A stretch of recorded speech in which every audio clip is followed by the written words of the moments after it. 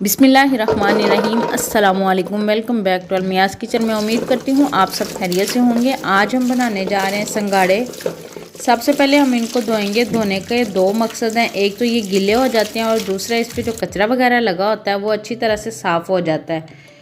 संगाड़ों को अच्छे से धोने के बाद अब हम इनको एक बर्तन में डालेंगे। ये जोड़ों के दर्द के लिए बहुत ही फ़ायदेमंद है। साथ साथ अगर आपने अभी तक मेरे चैनल को सब्सक्राइब नहीं किया, चैनल को सब्सक्राइब करें, लाइक और शेयर भी करें। आज हम दो तरीके से संगाड़े बनाएंगे। सबसे पहले प्रेशर में हाफ ग्लास पानी डालेंगे। अब ये मेरे पास स्टीमर स्टैंड है, वो इसके अंदर रखेंगे और इसमें संगाड़े डालेंगे।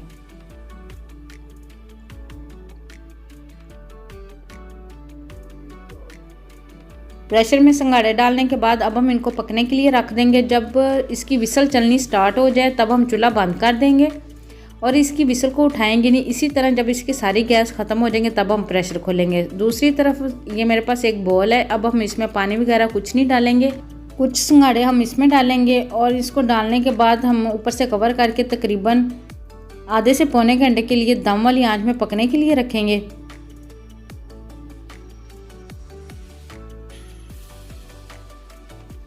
ये देखें, जो हमने प्रेशर में संगाड़े पकने के लिए रखे थे माशाल्लाह से वो भी पक चुके हैं।